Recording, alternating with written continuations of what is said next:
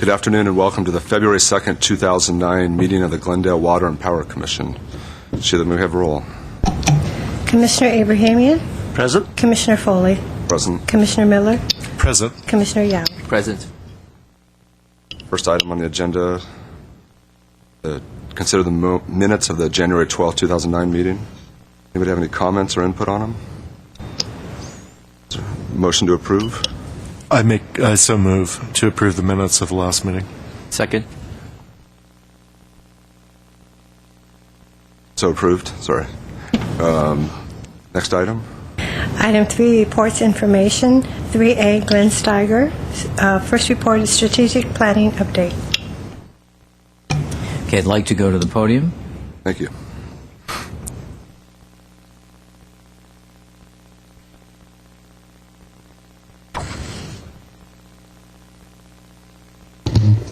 Chairman Foley, members of the Commission, I'm very, very pleased today to present to you the GWP draft strategic planning process and plan. And I am very specific to mention the fact that it is a draft. It is subject to revision, and in fact, we're presenting it to you today with an eye towards receiving any commentary or thoughts you may have on it. So this is the culmination of about 7 to 8 months worth of work, and I am going to go through it today. It will take a little bit of time, so please bear with me. And, oops. The first thing I'd like to do is we have a little clip of the mayor. How people within a city feel about their city government is related to the people that they interface with most. And they may see us in the paper occasionally as council members, but the people they interact with most and most directly, and often first and only, are our GWP employees. The idea that, like any other kind of commodity or service, a ratepayer is making a contract with our city. They're saying, all right, our elected officials, we send them there, they're telling us we need to pay these rates to get quality service. We have to deliver a quality service. We hear everything in this city, the good and the bad and everything in between. I can tell you that the issues related to water service, electrical service in this city are absolutely just a cut above.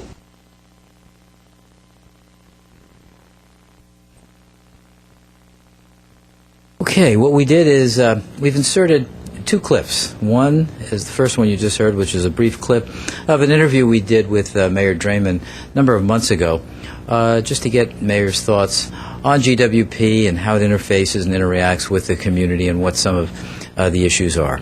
At the end of the presentation, we'll also have a little clip from City Manager Jim Starbird along the same lines. Recognize that this particular presentation that you're seeing is also the same presentation that we will be giving our employees, and we've already given the management team of GWP. So you're seeing the same thing. Let me start with where we started. Okay, we started this process last July, and by we, I'm talking about the design team of GWP, which is myself, the assistant general managers. We have one facilitator, Peter Lewis, and also Dan Waters, who we retained after his stint as interim general manager for continuity for this process. So the design team has worked since last July on putting together a plan, and we've gone through a number of iterations, and I'd like to walk you through that today. So essentially, we started out with looking at the big picture. We discussed the major trends, the impact on stakeholders, GWP's marketplace over the next 5 years. This essentially is a 5-year plan, and in some cases a little longer than that. We charted the major threats and opportunities that the stakeholders could create in our marketplace. We identified trends, and these are the trends as we saw them developing over the last few months. Increasing worldwide economic uncertainty. Well, interestingly, we started this in July of last year, and of course that's become even more intense today. Increasing growth in California and the world. That is an issue that we all have to deal with from a utility standpoint, both from water and electricity. A higher standard of living and services, which creates a higher expectation from our customers. Increasing concern for human health and the environment. Increasing climate change, a very, very large issue for us and will be for many, many years ahead. A smaller workforce shifting to a new economy. That's a significant issue for us and many utilities today. It's becoming increasingly difficult to find good, qualified workers that understand our business and are willing to change, and there's a lot of change coming. Increasing safety and security. Security is a very, very large issue for us. And finally, increasing maintenance, repair, or replacement of our infrastructure, a key issue. And these are trends. We identified our stakeholders. Now, I'm not going to go through this entire what we call stakeholder map, but I want to show it in terms of the overall and explain the criticality of what you see here. And essentially, within the circle, that's inside of Glendale. And they're supposed to be circles, but we've kind of elongated them here, look more like footballs. But the little circles you see with the labels on them are all of our stakeholders.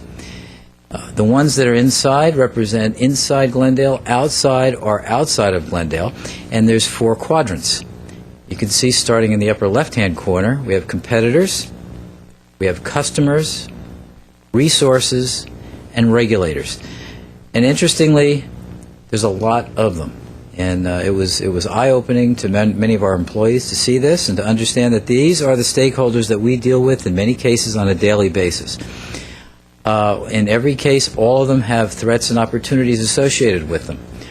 Regulators are not necessarily regulators in the traditional sense of the word. They are entities that regulate how GWP does business. So what we've done is we've taken a look, prioritized and identified each one of our stakeholders in terms of the amount of strategy required over the term of this plan to meet the challenges of those stakeholders. So those that are green are the ones that we have developed strategies around. Those that are more the goldish color are a possible strategy and are mentioned within the plan. And those that have no color at all are stakeholders that we've identified that for the moment need to be monitored but not necessarily strategized around. So as you can see, what this tells you is GWP has a lot of stakeholders with varying degrees of priorities and challenges associated with them. And as we come back to you with a finalized version of the plan, you'll see how there are specific strategies to meet all of the various stakeholders. And the next thing we did is we identified threats and opportunities. And the major threats that we've identified is, first of all, customers experience extreme financial hardship causing revenue loss to GWP. That's a difficult one because not only does it impact GWP, it impacts our customers at the same time. So that's a major threat for both GWP and our customers. The city could increase the amount of transfer, which would have upward pressure on our rates. The requirements of other city departments can create challenges for our operations. And again, that's part of that stakeholder map and the challenges identified there. Elections and changes in city leadership could shift support for GWP in a number of different directions, positively, negatively. We just don't know. GWP loses employees to other departments and other cities. This has been, in the past, has been a major challenge and a major threat for us, and there needs to be specific strategies built around that, and we're doing that. We could receive negative publicity in the media. That's an issue. Suppliers increase costs for water and power to GWP. We're seeing that almost on a daily basis, both for water and power. That's a threat. And finally, the federal and state regulators increase cost of GWP doing business. A good example of that is the greenhouse gas mitigation. But those are the major threats. The major opportunities. Our customers conserve more water and energy. That's an opportunity for us to promote technology, promote efficiency for our customers, and have our customers be even more efficient than they are today. Customers utilize more recycled water and solar energy and other renewables. That is a major opportunity that we're trying to push forward even as we speak. Customers use real-time information through AMI. AMI is our automated metering infrastructure program, which we are just starting to get off the ground now. It's a major transition for our entire system, both water and electric, and will clearly change how we operate in the future. We gain more green energy to reduce our carbon footprint. That is our goal. We will be increasing our portfolio standard in that area, and that's the direction for GWP. GWP sells more power outside of the city. We need to do that. That will bring more revenue in. We have the ability to do it. We've created strategies around that, and you'll see that later on. We reduce our peak load. Peak loads clearly are the most expensive to serve, create major uplift on our rates. So if we reduce our peak loads, that's a major opportunity to reduce costs and spread out additional technologies. Conversely, from the threats, GWP receives positive publicity and support, and of course that's what we'd like to see. Joint research or resource projects increase our access to power supplies. And what that really means is much of our power supply initiatives go through our Joint Action Agency, or SCAPA, and we do this in concert with other municipal systems in Southern California. It's been very, very beneficial to us, and we want to leverage that even further moving forward. Finally, advanced technologies provide new efficiencies and solutions. It's probably one of our biggest opportunities as we move forward. There's technologies that don't even exist today that will exist 5 years from now, which we know will push forward, and we need to be ready for that and positioned for that. Now, as we put these things together, we have another chart that literally charts, again, inside Glendale, outside Glendale, the threats and opportunities associated with every one of the quadrants: competitors, customers, resources, and regulators. I won't go through them all. They're in there. We'll provide a copy of the plan so you can see what they are. But essentially what you can see is in every area there are specific threats, specific opportunities, and those threats and opportunities have been prioritized and, again, put in the plan and strategized. So after looking at future direction, and essentially that's what all of what you've just seen is. That's the future direction. What are we looking at? What is 5 years down the road? And what's a little bit beyond that? It boiled down to these areas for our priorities. Not surprisingly, water supply, to maximize the production of our local water resources and the efficiency of water use. Power supply, ensure reliable power supply under severe legislative and regulatory controls and restrictions through a portfolio of resources that, among other things, includes a reconfigured Grayson power plant. Customer service. We are striving to achieve a high customer satisfaction level by increasing the value of all GWP programs and services. Rates. Achieve water and electric rates that are at the median of comparable utilities in Southern California. And as we're all aware, GWP's rates right now are at the upper limit of that. Aging infrastructure. Assure the highest achievable service reliability by continuously improving our infrastructure, our physical plant, electric and water facilities. That's a big issue for us. That goes to many of the other issues. It's interrelated to rates, it's interrelated to customer service, and so on. The workforce, we talked earlier about how important that is. We need to do some things to allow us to hire, develop, and retain a safe, highly skilled, dedicated, and customer-focused workforce. That's a high priority for us.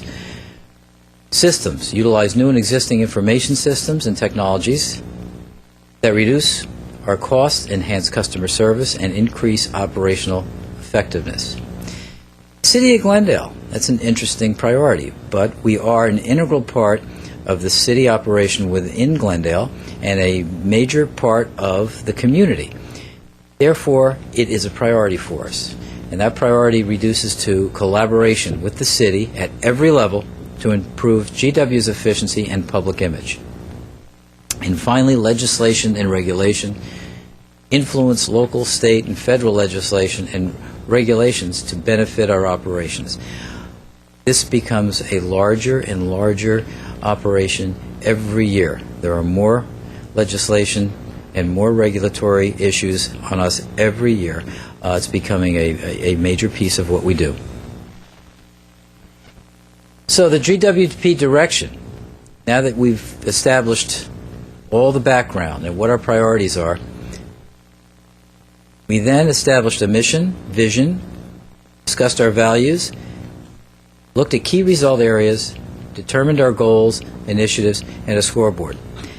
Now, I want to stop here for a second and talk a little bit about the process itself. And as I mentioned, the process started last July and is culminating now.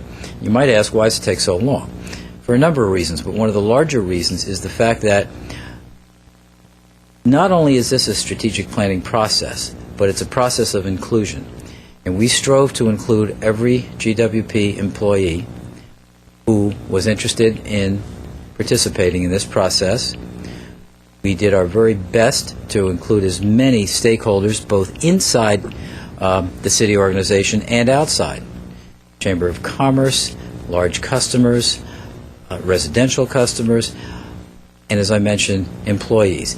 It's critical to have the employee input. The design team did a very, very good job, but we're not the beginning and end of the entire GWP workforce. So we opened this process to all 400-plus GWP employees. We had well over 200 participate, and that's pretty good. And that was because we made it at their option. It was not mandatory. But we got almost 700 different suggestions, recommendations, thoughts on what we should be doing, how we should be doing it at every level. And that's where the rubber meets the road. So it was very, very important that we included as many stakeholders, but most importantly our own employees, to get their input and ultimately get their buy-in and ownership. Very important. So as we move ahead, our mission, very simply, to be your trusted community utility. That's it. That's what we're striving to be. Our vision, to deliver reliable, high-quality, environmentally sensitive and sustainable water and power services to our customers in a caring and cost-competitive manner while creating a stimulating and rewarding work experience for our employees. And again, it's important to balance our vision to our stakeholders, to our customers, and to our employees. Our employees, obviously, are the engine that makes GWP go. That's our vision. Our values, equally important. And interestingly, some of these values are a direct result of the input we had from our employees.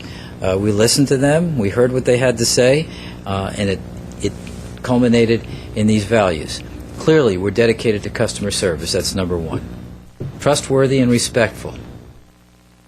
Ownership. We talk about ownership, and that's at every level. And that's why it was so important to include as many employees and stakeholders as we could in the process. Teamwork. We need to work together. I think the city does that fairly well. GWP is an integral part of that. Do it right. Do it right came right out of our discussions with our employees. We heard over and over again the necessity and the criticality of doing the job, doing it right, and in many cases, doing it right the first time. And then finally, continuous improvement. Every day, look at what we're doing. Can we do it better tomorrow, and can we do it better the next day? Those are our values. And again, those are our key result areas, and if you notice, that happens to just line up with our priorities. Our priorities and our key result areas are exactly the same. So what we did is we identified our key result areas, which are a function of our priorities. Under each one of them, we determined what the primary goal should be. Now, what we did not do at this point is offer the initiatives. There's initiatives under each one of those goals. So, for example, under water supply, where it says produce 3,856 acre-feet from Verdugo Basin, there are a number of initiatives to get there. New wells and so on and so forth. So we're not showing those because it gets pretty complex. They'll be available in the final document plan. But these are the goals, and then we will have the initiatives, and that tells us how to get there.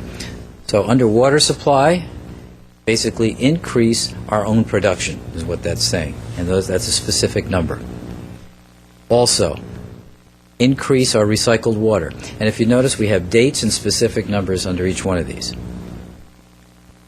Institute a 2.5% public benefit-like charge to fund water conservation measures. That's very important because water conservation is really, really critical. So those are the major goals and objectives. Now we'll have a number of initiatives underneath those. In power supply, reduce electrical usage by 7% by December 2014, or the end of the horizon of this plan. That's a fairly lofty goal. It doesn't sound like much, but when you actually look at reducing 7%, that's a lofty goal. That's going to be difficult for us, but we have to do it. And we have to do it for a number of different reasons, not the least of which is to reduce greenhouse gas. Increase, that's Grayson power plant, efficiency to less than a 10,000 BTU heat rate. And to put that in layman's terms, it means make it a whole lot more efficient than it is today. And again, we've kicked that out to 2015. That'll take a while to get there, but we're going to hold ourselves to that. Reduce greenhouse gas emissions to 1990 levels by the year 2020. That's a direct mandate by the state through AB 32. We subscribe to it, and we'll have a number of initiatives as to how to get there underneath that. Achieve a balanced energy portfolio by 2020. That is multifaceted. One of the biggest pieces of that is the renewable portfolio, which we will be coming back to you to increase our renewable commitment probably to about to 33 to 35% by the year 2020. And again, that will most likely be a state mandate, but we want to get ahead of that. So that's a piece of it, but there are a number of other parts too in terms of how much do we own, how much do we contract for, how much do we trade on the open market. So that's a very dynamic goal. Operate our energy management resources group under defined metrics beginning next year. What that means is our trading area to start to really ramp up how we buy and sell and make money for ourselves in the open market. And again, a number of issues or objectives and initiatives underneath that. Under customer service, consistently achieve above average customer satisfaction scores from the CMUA survey by next year. Again, a fairly lofty goal because in today's economic climate and with our rates at the level that they're at today, it's not easy to get good marks from customers who are having a difficult time with their own economics and yet having to pay for electric and water. Ensure that all affected customers and public are consistently notified of all of our activities. This is something we do now. We need to do it better. We've given ourselves a very short horizon to get better with that. Again, we'll have different vehicles for that underneath there. One of the customer service objectives is to restore minor power outages within 10 minutes and major outages within 20 minutes by 2014. That's a pretty significant goal. If we can get to 20 minutes on major outages. For rates, and I've mentioned a number of times that our rates are at the upper levels of where they need to be as we speak right now. So we have some challenges ahead of us in the rate area. So first and foremost, stabilize water rates at a level not to exceed the average of all Southern California water agencies by 2014. Reduce our electric rates to at least 35% below Southern California Edison, also by 2014. Increase our annual electrical wholesale revenue, and then we talked about those metrics for trading and trading outside the system, to $10 million, and that would be $10 million additional revenue to GWP by the year 2014. And then reduce our losses less than or equal to 10%. And essentially system losses are made up of a number of areas. We have line losses, transformer losses, and theft of service losses. And those are areas that we think we can make a pretty good dent between now and 2014. Infrastructure. We look at it both from power and water. And again, we measure it by number of outages, 25 per year by June 2014. By our transmission system, we currently have 2 different transmission voltages. We expect to stabilize that at 69 kV, or 69,000 volts, by 2014. Convert all of our distribution also to 12,000 volts that same time period. Replace all of our electrical mechanical relays, and we talk a lot about technology, with state-of-the-art relays, and that's a major efficiency move for us. And then implement effective asset management, and that's a whole program for us which we expect to start on the water side and have it come over to the electric side. On the water side, similar to system losses on the electric side, reduce unaccounted for water to 5%, replace all small meters by 2011. And by the way, that is also an integral part of our AMI, or automated meter infrastructure project.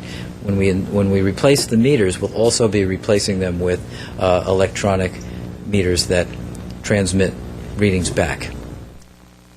Rehabilitate 25 miles of pipe, and again, implement effective asset management. And we'll be coming back to the Commission next month to discuss asset management in a much more detailed manner. The workforce. We talked a lot about how important it is not only to maintain but to enhance what we have. And it's very, very important, again, that we continue to have buy-in and ownership with our own employees as we move along, but also to improve the satisfaction of our employees. Satisfied employees are good, solid employees, and we want them satisfied. And that takes a lot of different looks when we look at how satisfaction is played out in the employee work base. Increase annual workforce availability to 87%. That's something that we struggle with internally, and it sounds kind of like a very mundane kind of goal. But that's very, very important, because when you take a look at sick time and other unaccounted for time, we start to decrease the availability of our workforce. And what that means to us, particularly in the field, is very, very difficult to put crews together on a daily basis, and it reduces our effectiveness and efficiency. Have less than a 5% vacancy rate by 2012. And we maintain a vacancy rate above that right now, and of course it ebbs and flows over time, but generally it's never below 5%. 5% or below would be very helpful to us. Standardize and achieve an annual utility average OSHA incident rate of 2.0 or less by 2014. That's a measurement of number of accidents, number of lost time, hours worked, and so on. It's a standard measurement for utilities throughout the country, and we expect to get to 2.0 in that time frame. And then finally, have 0 preventable vehicle accidents each year by 2010. We think that should happen pretty simply. Systems. We talk about our AMI meter saturation. That's our largest single project as we move forward. We look to have that completed by 2013. Finally, get all of our systems on the GIS, that's the digital mapping system, within the city by 2013 or before. Implement new Department of Finance processes. There are certain processes that we deal with on a daily basis for GWP transactions at a number of different levels, and we need to work with finance to standardize these. And create a GWP system integration that assures no redundant data entry by July 2012. And what that means is that we may have 10 different automated systems. They should talk to each other, and there should never be more than one point of entry, regardless of the system. City of Glendale, we talked about the importance of that, and our goals there are to improve communications with customers, city council, city departments very shortly, within a few months. Stabilize and limit amount of the transfer to $2008 level by the year 2014. This is a tough one. This one has a major impact on GWP and the city. So we know this is going to take some work to achieve. Create a culture of collaboration within GWP's primary stakeholders, and that means both inside and outside of the structure of the city organization. and develop additional communications vehicles to improve our public image. We talked about the public image and how publicity, both negative and positive, can impact you. That's important that we continue to develop additional ways of communicating with our stakeholders. And then finally, on legislation and regulation, continue compliance with state and federal regulatory requirements shortly, now. Establish and continue ongoing relationships with state and federal legislators and regulators by January 2010. And quite frankly, that's an area that we have to do make a lot of improvements in. GWP has not been extremely involved in that area. We've relied on a number of our associations, CMUA, SCAPA, other water associations, to provide that kind of ongoing relationship. In many cases, we need to step it up, and Glendale itself needs to be that point of contact. And so that's going to give us a challenge, but we have to do it. Provide quarterly reports on major activities and successes by January next year. We've already put together a format to do that, and you'll see how one of the ways we're going to track these particular goals. Develop specific GWP legislative strategy and initiatives. We don't have a GWP strategy for legislation or regulation right now, and we need to develop that. So there'll be initiatives under that. So those are the key result areas and the goals under each one, and then there will be many, many initiatives that are basically our work plan that support that, and we'll have that as part of the overall document. Now, we need to track it. We need to decide, are we on track, or are we not on track? So we will be implementing a scoreboard at the same time as the strategic plan, and our first scoreboard will be at the end of March of this year. It will be part of our normal quarterly report. As I said, we're reformatting that. It will evaluate our progress towards each goal in the plan. I mentioned it will be quarterly, and it will be communicated to the city manager, city council, yourselves, city departments, and employees. Essentially, this is what it will look like. If you notice, each key result area is shown, water supply, and then with the goals underneath it, and then the design team member who is responsible, who essentially owns that. Now, underneath each one of those, there'll be initiatives, and there'll be other staff members, people within the GWP organization that will own those initiatives. And then at the very far right, our scoreboard will be very simply, is it ahead of schedule? And there'll be a yellow mark in there. Is it meeting expectations? Is it basically on track? Green. And is it behind? Red. And every quarter, we will track these in that regard, and if things are behind schedule, we'll find out why, and we'll put corrective action in. And we'll also take a look at, is it the right thing to do? Are we still on track in terms of doing the right thing? So our scoreboard will look like this. It will be part of our overall quarterly report. So we'll have all of the goals and the key result areas. As you can see, all of them are in there. We had to split it in two for this. Oops. So overall, that is the plan. Just to end it for you. GWP has done a great job in purchasing renewable resources.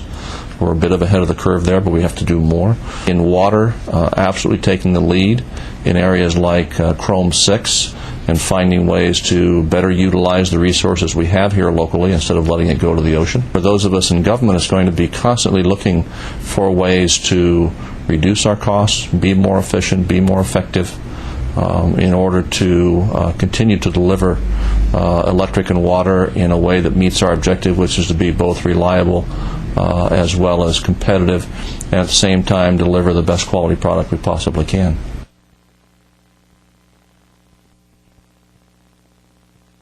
And Mr. Starbird does a nice job of concluding our presentation. At this point, I'd love to take questions, comments. Mr. Steiger, I want to thank you for a thorough synopsis of what we expect in the strategic plan, at least in the draft, and also commend your 200-plus employees that responded and gave you input on it. I think that's pretty impressive, actually, with a staff of over 400 that nearly half gave you some input on it. I have a bunch of questions, but if other commissioners have some questions they want to ask. I defer.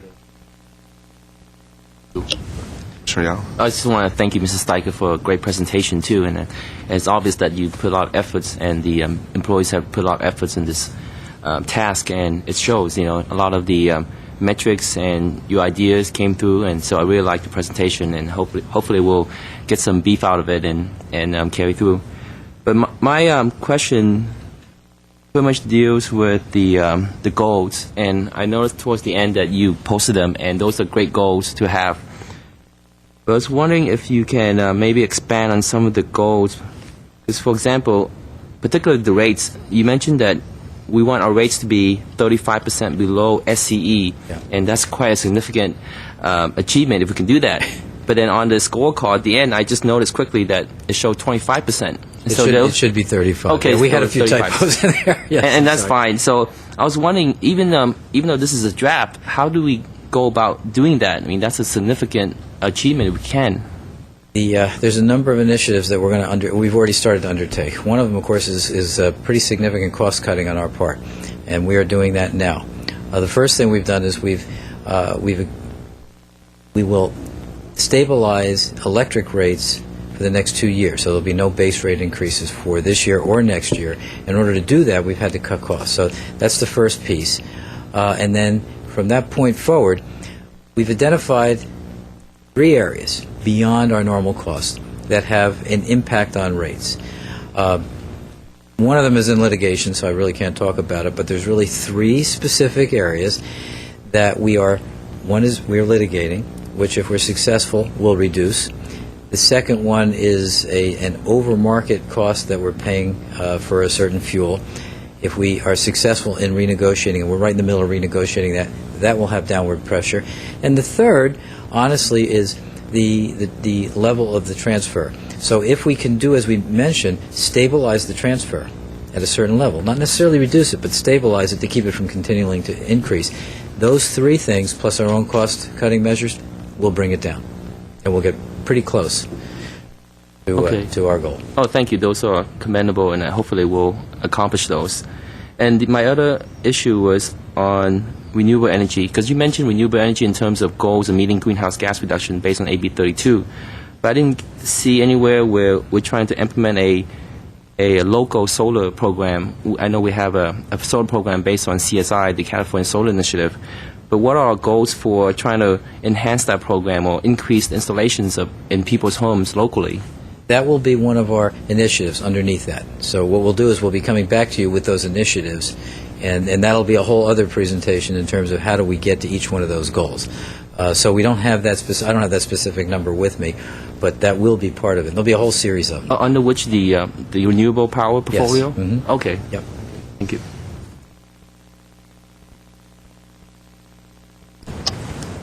Well, I would like to say I'm profoundly impressed, and I would like to commend you and your staff for this completing this draft, also for making it an inclusive process. I think it's good to include other minds when formulating a strategy like this.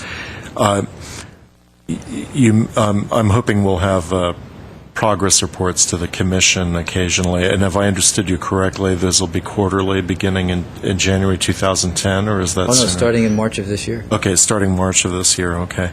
And you'll be speaking of all the goals, I take it. Okay. That's all very much desirable.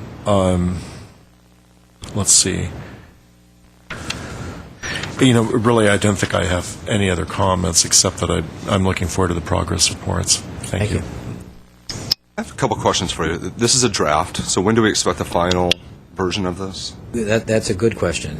We expect to finalize this during the month of February and get the completed plan back to you, and then go to City Council in March.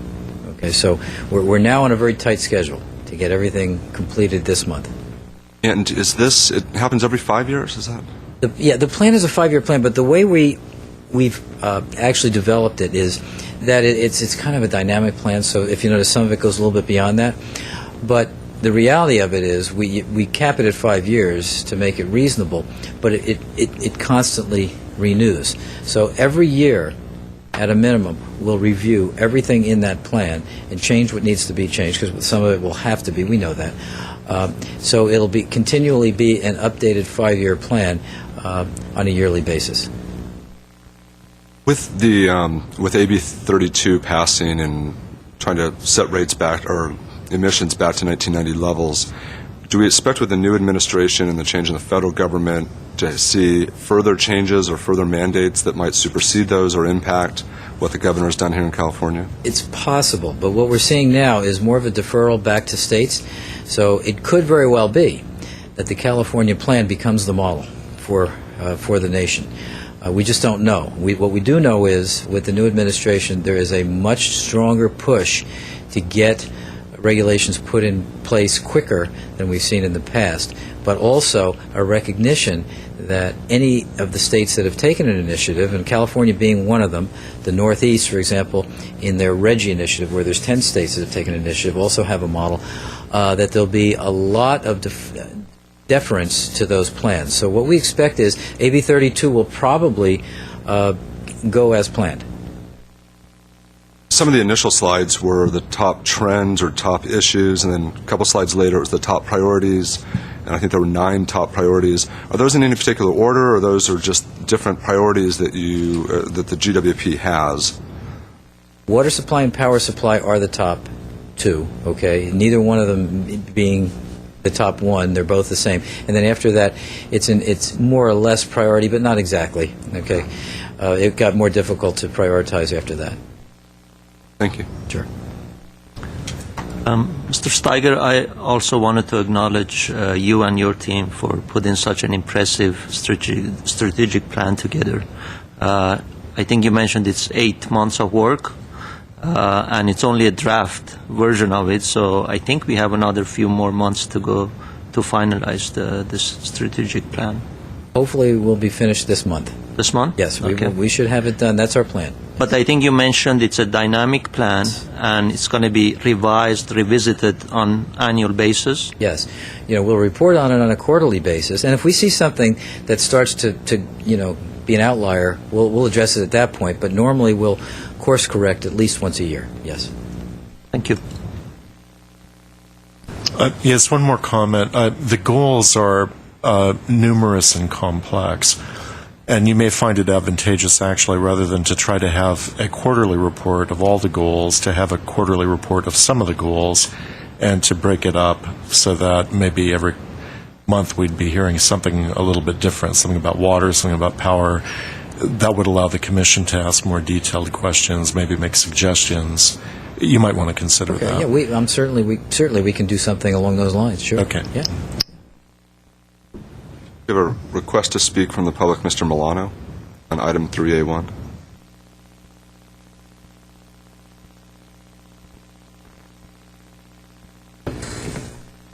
Good afternoon, members of the GWP Commission, staff. My name is Herbert Milano. I think it's always commendable whenever a city department takes on the task of developing a strategic plan and then creating measurable objectives with which to meet it. I think it's a wonderful approach. The difference, the type of challenges that a strategic plan for a city department such as this one, or let's say a private company such as a chemical company, are pretty much the same. You have to attend to your customers, you have to attend to the regulators, you have the income situation, you have your stockholders to report to. So you have your internal objectives and your external objectives to attend to. The difference here, though, is that you have a monopoly. And when you have a monopoly, the customer is not necessarily the biggest player here. We cannot necessarily simply walk away and say, we don't like your costs, or we don't like your service. We'll go someplace else. When that exists, there's a significant amount of competition and downward pressure on costs. So today you can get yourself a brand new computer, with significant amount of power for about $300 now. Those incredible cost reductions are made because of competition, which does not exist in an environment like this one. And so the customer, in my opinion, should be the primary objective of any strategic plan continually. But the effort was made to the internal employees. And I have a problem with that. As of December of last year, This is a report made by the city of Roseville when they tried to determine the cost per kilowatt hour in California. At the time, Lodi was rated number 1, Glendale number 2. I have the data here. But after our increase this year, now Glendale is number 1 as far as my data is concerned. In other words, we have the highest electrical rates in the state of California. I think that's a shameful number. And of course, you all know that the primary driver of that cost has been the transfers of money from the Glendale Water and Power, the need for Glendale government to take $24 million last fiscal year, and now even a greater amount, believed for this fiscal year, from the Glendale Water and Power to the general fund. You have no control over the cost of the general fund, but at least the public should be aware of where that cost driver is. Because that amount that is being transferred is not amount that are being is invested into capital improvement, and now we're asking for the federal government for a bailout of Glendale. That happened last Tuesday. The infrastructure needs for water and power, and obviously others for road, now we're asking the federal government to take care of it. You know, it is my wish that we have a goal such that we would be, in terms of costs, 10% below the average. Why? Because we want to be able to move the cost down instead of just simply being at an average. Whenever you find a situation where salaries, we aim for the average, everybody goes after moving the average up. It is a significant turn of events to see a strategic plan. It is my hope that measures for individual homeowners be also established and that we drive the cost down because people are having a hard time meeting those costs. Thank you. Comments? Thank you, Mr. Milano, for your comments.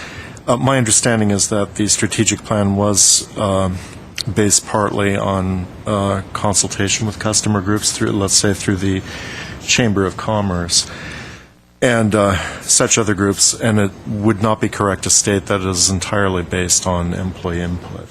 It is, you've included stakeholders from across the spectrum, including the customer base. Many, yeah, including the Homeowners Council, yes. Right. And a substantial part of your goals are addressed with customers as the ultimate beneficiary, including cost reduction. And you mentioned the one particular goal, I think, of reducing costs. What was the number below SCE? 35%. Yeah, and that number is ambitious, but I think it's based partly on some sense of what's actually practical. I just wanted to point those issues out for the audience. Thank you.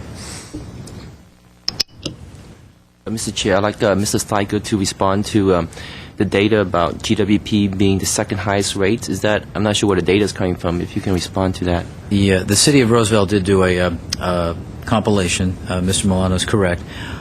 However, as of January of this year, last month, we did reduce electric rates through our fuel adjustment clause. And that has reduced our rates. So at this point, we would no longer be the highest in the state. However, we're one of the there's no question we are one of the highest, and we recognize that. And that's why we've put these goals in place and put some pretty significant cost-cutting measures in place. Thank you. Sheila, next item. Item 3A2, Code of Ethics by Christine Godinez. Chairman Foley and members of the Commission, I'd like to give you a brief overview of the City of Glendale's Code of Ethics. I've distributed copies to each of you. It's found in Title 2, Chapter 83 of the Glendale Municipal Code. And for members of the audience that may be interested, a copy can be obtained on the city's website. If you would go to the city clerk's portion of the website, you can pull up the municipal code. I should point out that the version that I've distributed does not include an update which occurred in November of last year. It's so recent that it actually hasn't been put into the code, but those provisions affect council members and they relate to solicitation of funds under certain circumstances where reporting is required. So those provisions would not apply to the GWP Commission. It's my understanding that all or most of you attended the AB 1234 training that was given by the city attorney last week, and some of you may have done the course online. So I won't repeat the Political Reform Act provisions, the FPPC regulations, or the common law provisions. I'm just going to deal with the City of Glendale's Code of Ethics. First, just to explain the interplay between the city's code and those state laws that also apply. The city's code of ethics supplements the state law, so they're not inconsistent in any way. There are both broad statements of principle as far as ethics, as well as very specific prohibitions, and they fall into 6 categories that I'll go through. So the city's code of ethics really has 3 broad statements of principle. One is that officials must be independent, impartial, and responsible to the people. The second is that public office must not be used for personal gain. And the third is that the public must have confidence in the integrity of its government. So those are the broad statements of principle. Then there are 6 categories, if you will, of prohibitions that apply under that code of ethics. And I'll talk about each of those briefly. The first is improper use of city property and resources. The second is improper use of one's prestige or position. The third is improper use of non-public information obtained as an official or commissioner. The fourth is bribery, corruption, and the appearance of corruptibility. Fifth is retaliation against employees. And sixth is employment relationships of the commissioners. So first, on the improper use of city property and resources. When we talk about resources under the city's code of ethics, we're talking about vehicles, equipment, property, time, facilities, and supplies of the city. The basic rule is that a commissioner should not request or use city resources for his or her personal or private convenience or profit, or in a manner inconsistent with city policy. There are, as with any rule, there are exceptions. The exceptions are that if the vehicle, equipment, or property is available to the public generally, then it's okay to use. If the resource is provided for the city under its policy for the use of officials in doing their official business, then it's okay. So for by example, if you were to use a city car to pick up your child from school, obviously that's an improper use of a city resource. However, if you're attending a conference on behalf of the city or speaking on the city's behalf and you went through the city's vehicle usage policy, then that would be a proper use of a city resource. It's fairly straightforward. The corollary rule under that resources section of the Code of Ethics is that you should not be using city time, facilities, or resources for private gain or advantage for yourself or for anyone else.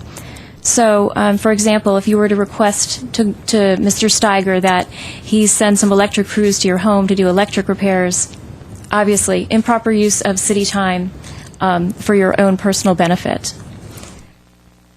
So that's the first category. The second category is improper use of prestige or position of office. And a lot of these are very straightforward, common sense sorts of notions. The basic rule is that you should not use your power as a commissioner to get money or favors for yourself or others. And as I'm sure Scott Howard touched upon, that's also a crime and could land you in jail.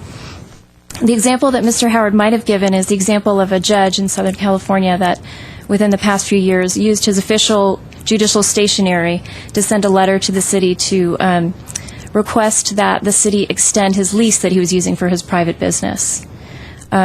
He was sanctioned, and rightly so, for the use of his official stationery for his private business. An example that might be more applicable to the GWP Commission would be, for example, if you suggested that a contractor doing work on your house would give you a discount because, by the way, you're a GWP Commissioner and he may want some business from the city. So, again, common sense rules, not to use one's prestige or position of office for private benefit. The third category is the improper use of information obtained confidentially as a commissioner. This would really come into play if, for example, there were a closed session meeting and you obtained some information, let's say about a real property transaction, and you used that information for your benefit or for the benefit of someone else. That would be a violation of the city's Code of Ethics. The fourth category is bribery, corruption, and the appearance of corruptibility. In this case, the focus is on the appearance of conflict and impressions as well as on actual motive. So one's actual motive can be innocent, but it still could be a violation of the city's Code of Ethics. There's both a general statement and then there are specific rules. The general statement regarding bribery and corruptibility is, public officials should conduct their affairs so as not to give a reasonable basis for the impression that any such official can be improperly influenced in the performance of his or her public duties. So again, the focus is on appearance and impressions. Actual motive is not necessarily relevant. The specific rules are two.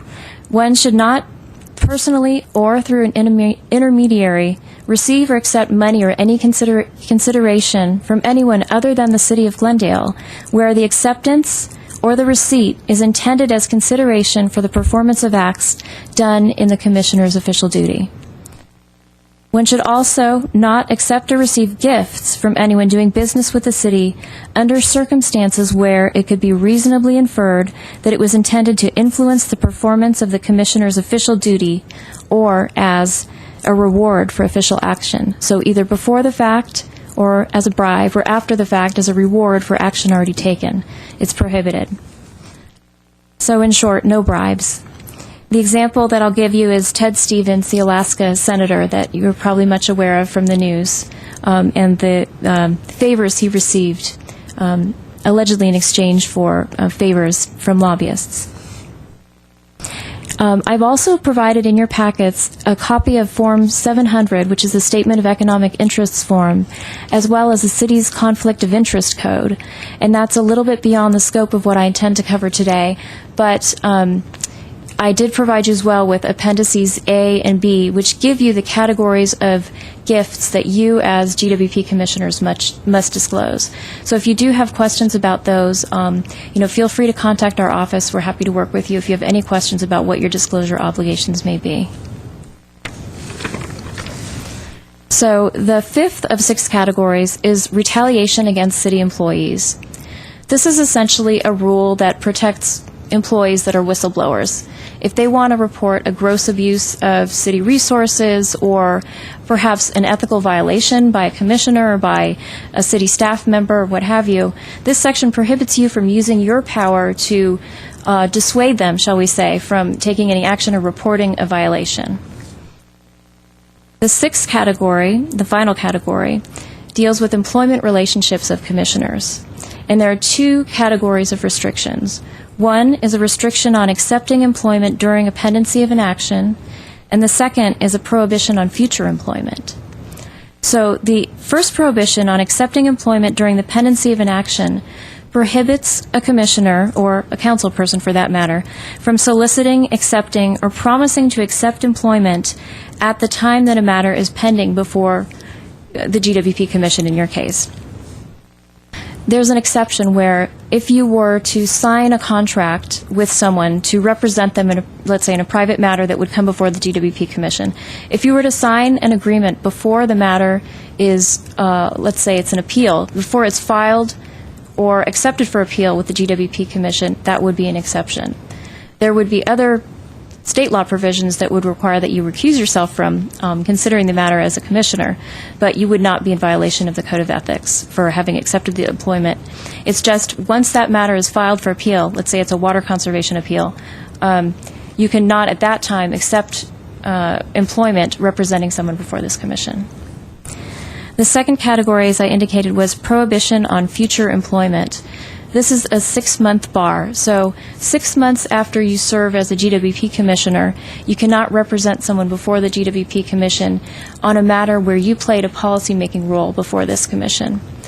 There is a provision that allows you to go to council to get special permission to do so, but it would require showing that you really didn't obtain any information or really almost didn't play a policy role at the time you were a commissioner. So it would be very difficult to get that sort of an exemption. So those are the 6 categories of prohibited conduct. In general, I would just like to say, it's a matter of common sense, but if you have any question that whether something would be ethical or unethical and you have a question about it, you should feel free to contact our office. We'll be happy to discuss the specific facts with you. And with that, if you have any questions, I'd be happy to answer them. Thank you. Any questions? The forms, you want it back by when? I believe those forms are due April 1st.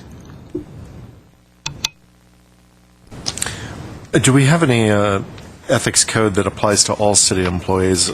I understand these apply just to the commission and to presumably elected officials. There is an administrative policy that guides the behavior of city employees, but I believe that this is the provision for officials. Okay. And that most of the points covered here would be in that administrative code, I take it? Very similar, yes. Yeah. Is there a mechanism whereby grievances could be placed in case there was any concern of anyone on the part of any city person in terms of ethics? Absolutely. There are, through our personnel department, someone can make a complaint, and that will be addressed.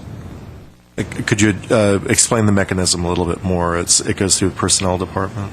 I would need to get back to you on the specifics of it, but I could certainly do that at a future meeting. I think it might be helpful just so that the public is informed. And then the enforcement procedure is simply handled through the agency where this problem has occurred, through the management, I take it. Potentially, it could subject the commissioner to censure or removal from office. Okay. Thank you. I have no other questions. Just have a quick question about the. This is new, right, for the city on the code of ethics on the GMC Chapter 2.83. Is that a new code? Because you started out saying that this is new; it hasn't been even updated yet on the website. No. I'm sorry if I spoke in a confusing manner. This section has been around, but there are new provisions that you don't have in the section that I distributed to you that are actually additional sections that are now in this chapter of the code that apply only to council members, and those were added in November of 08. So those you don't have before you. I could certainly provide you with a copy if you'd like to see It doesn't apply to the GWP Commission. It only No. applies to elected officials. It applies to elected officials only, yeah. And that's because it's campaign finance, isn't it? And restrictions on how they secure money for elections. There are actually two. There's the campaign finance restrictions, and then there's also restrictions on soliciting gifts, for example, for a charity or another entity in your capacity as a council member or an elected official. That seem to apply to us as well, that we can't really do those things. Well, not specifically. Those provisions don't. They do speak specifically to elected officials, but you're right. If you look at the provisions that we just went through in the Code of Ethics, you're not supposed to use your official position to, get a financial benefit for you or anyone else. So indirectly, yes, that would apply to you as well. And you said those will be updated on the website soon, so that the public can see it too? Absolutely. In fact, those are now on the website. Anyone that would go to the Glendale Municipal Code provisions on the website, you can also look at the recently enacted ordinances as well. Okay. Thank you. Thank you. Sheila, next item. Item 3B, water. First report is water supply report, and the report number 2 is Chevy Chase update by Pat Hayes. Chairman Foley, members of the Commission. I wanted to start with just kind of the macro view in the state about the water supply. Just last Thursday, the Department of Water Resources reported their snow survey for their results for January, and the results are not good. There's no way to put a spin on this that they are good. It's 61% of average. To put that in context, average is a C grade, so we're 61% of a C, not 61% of an A. The compounding concern here is that the reservoir system that supplies the state is nearing, most of them are below half full. In practical terms, if you look at that on kind of an economic basis and you call the reservoirs your bank, we've not been making much income and we've been living off the bank. And the banks are running out of funds. So it's very likely now that come April, when the Department of Water Resources does their reallocations, that we will be into a drought period and probably faced in Glendale directly with some restrictions on our water use. So it's with that I launch into our monthly total water supplies. Are there any questions about that aspect of it? Mr. Miller? Yes, if we do have a allocation, what's the role of the commission in terms of managing that? If you know, it's not. It's just to keep you informed of what's happening in the hydrological sense, and that we are likely heading into a drought period that will require some restrictions on the of water. Thanks. You should have in front of you our fiscal year 2008-2009 report through the end of December. And if you're looking on page 1 of that, you'll see that our usage for the month was 2,237 acre-feet, which is the low for the year, and that's typically as expected. On page 2, for the first time in the 6-month period, we've dropped below 60% for Metropolitan Water District supply, which is a good thing. And paging several more pages to page table 4 on it. Another good trend is that in December, the San Fernando Basin production is on an upward trend and producing significant amounts of supply out of our Glendale operating unit. The following page, table 5, however, reflects a downward trend in the Verdugo Basin supplies, largely due to taking Glorieta West Reservoir out of service for cleaning and maintenance, the first time that's been done in about 9 years. That results in having to modify our well production out of Glorieta, the 3 Glorieta wells. Is that back up and running, or how long is that process going to take? It's back up and running, and everything's back to normal. So for the January report, you should see this self-correcting. On the last page is a bar graph showing how we're doing on the water conservation efforts. The net result in December is a 13% reduction. Recalling our goal is a 10% reduction. This is the first time we've met that in this fiscal year. However, if you recall back in December, we did receive rain, and this is largely driven by those conditions more so than conservation per se.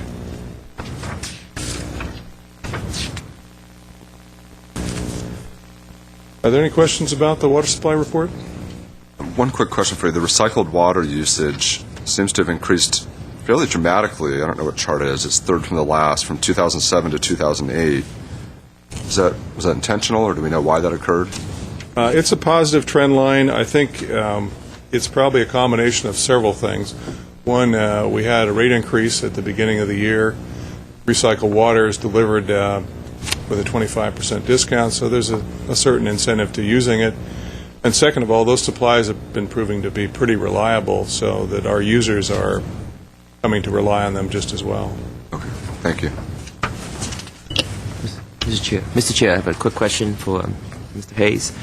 For the 13% reduction in December, that's quite an accomplishment by our ratepayers. Can you compare that to last December? Because you mentioned that the comparison was based on the rain that we had in December, and maybe the cold weather too. But how is that compared to last December if we had the same conditions, but we only achieved 8% last year? Isn't there something more that happened in December? It's possible. However, without going back and looking at December 07's hydrologic condition, it's hard to make a comparison. It's driven by the temperature and by the amount of rainfall we're receiving. That seems to affect the behavior more than anything.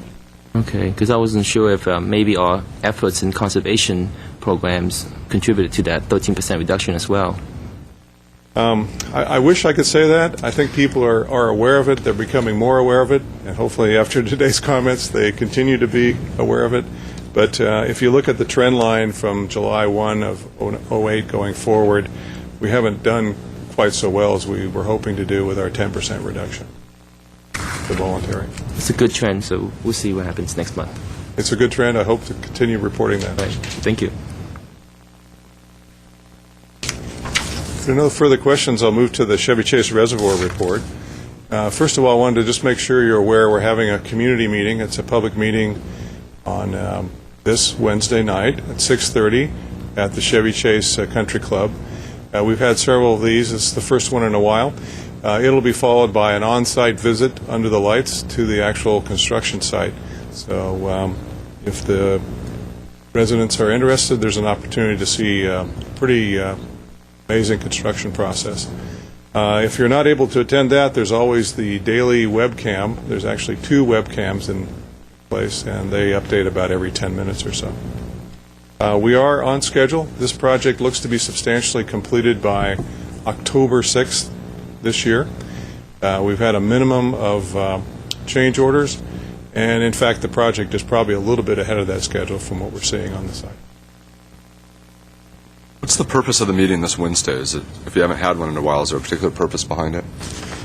We committed during the early phases of the project, back in the planning, that we would regularly have meetings to make sure the public was informed, have an opportunity to speak, and to just see the process underway at the site. So that's the general purpose of the meeting. Thank you. Yeah, Mr. Chair, I'd like to commend that the department for having these type of discussions, because it's very important for the community to get involved and for the outreach effort, and that really helps with the image that GWP has, and I think that's a great thing that we're doing here. Thank you. One question. You mentioned the meeting is at Chevy Chase Country Club. Do you have the address for that? Let me see if I do. Okay. The address is 3067, that's 3067 Chevy Chase Drive. Thank you. One last thing. Does the public need to RSVP for this event? No, it's open to public. If they would like to come, there's no need to RSVP. Thank you. They are advised. However, we're going to the construction site afterwards. There will be transportation, and so bring appropriate shoes and clothing for being at a construction site. Sheila, next item. Item 3C Electric, report number 1, reliability indices by Ramona Boyd. Good evening, President Foley, members of the Commission. I'm here for my monthly report on electric outages. For the month of December, we had one major outage that was caused by, during the rain that Mr. Hayes talked about. We tended, the trees have tendency to accumulate moisture, and in this case we had a eucalyptus tree that caused an outage on one of our primary lines that caused an outage to about 1,500 customers. That lasted an average of about 48 minutes, the longest being a little bit or slightly under 3 hours until we can make the repairs for about 33 customers. Proud to say that that was the longest stretch we had before an outage. The outage prior to this was December 17th. It's the first time, I was telling Mr. Steiger in his office, the first time we lasted over a month, over 30 days without an outage, and I think so. I'm hoping the trend continues.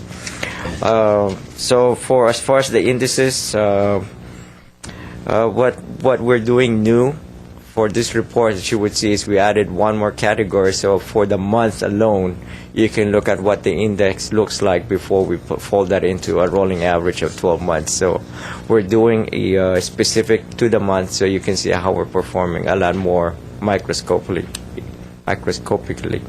hopefully. So with that, I'll entertain any questions. Do you have any questions? Mr. Miller? Thank you, Mr. Chairman. Congratulations on your performance of the reliability over the past month. Is there any news on the Mylar balloon issue? No, we haven't. We received any news, but we're waiting for basically the legislation to start again. It's due for another reading. I haven't followed when it's scheduled for. Thank you. Comments? Next item. Thank you very much. Item 4, oral communications. We have one request from Mr. Milana, who I don't see being present still. So we'll pass on to the next. Item number 5, old business. Any old business? Mr. Yao? I have one, Mr. Chair. The last meeting we had, Ms. Valier came up and presented the issue of economic downturn and how customers are having there's an increase in requests for delayed payments. I'd like to get some updates on where we are with that, and maybe quarterly updates as we continue with this economic downtrend. We want to get an idea and maybe some kind of trend if this is actually worsening, and if and how does that impact our residential customer versus our business customers, what we've been seeing last month, there's more defaults and probably more bankruptcies that was in the news. And so I'd like to get maybe a more frequent update, if possible, Mr. Steiger, on those issues, how the defaults is impacting your operation as well, not just how the customers are asking for delay payments, and then also what programs we have in place to help these customers who are having a hard time paying their bills. So if we can get that at least by next month, so that the public can get an idea what kind of help they can expect from the GWP.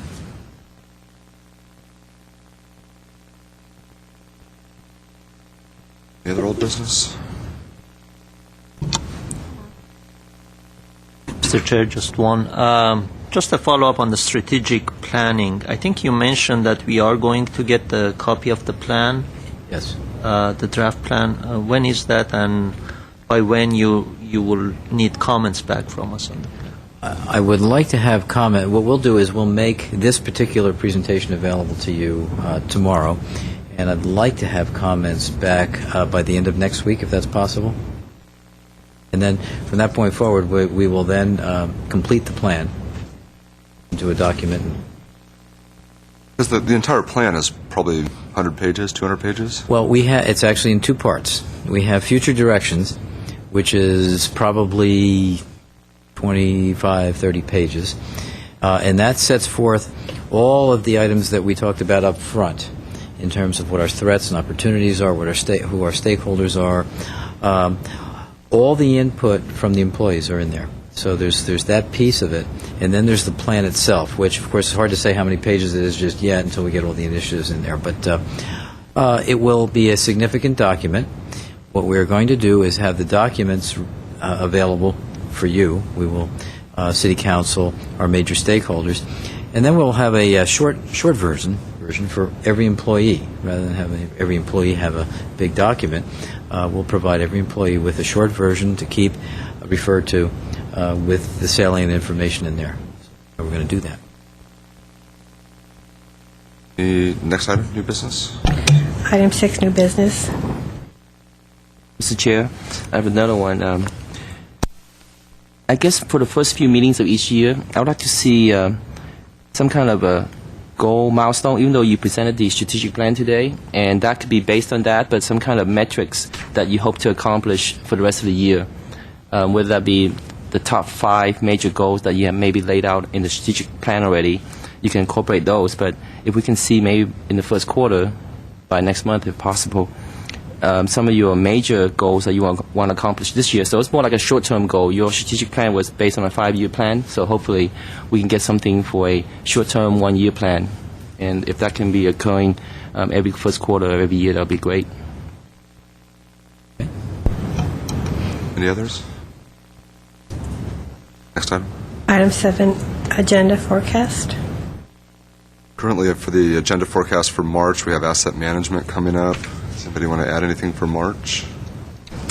Yes, Mr. Chair, thank you very much. I did want to ask, and it ties into what Commissioner Yao was talking about under old business, if we could have a report on what GWP can do to assist ratepayers in handling the current recession.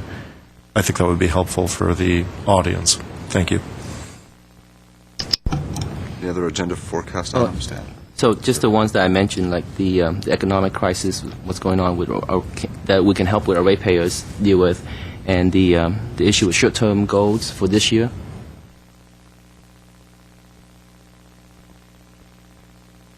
Okay.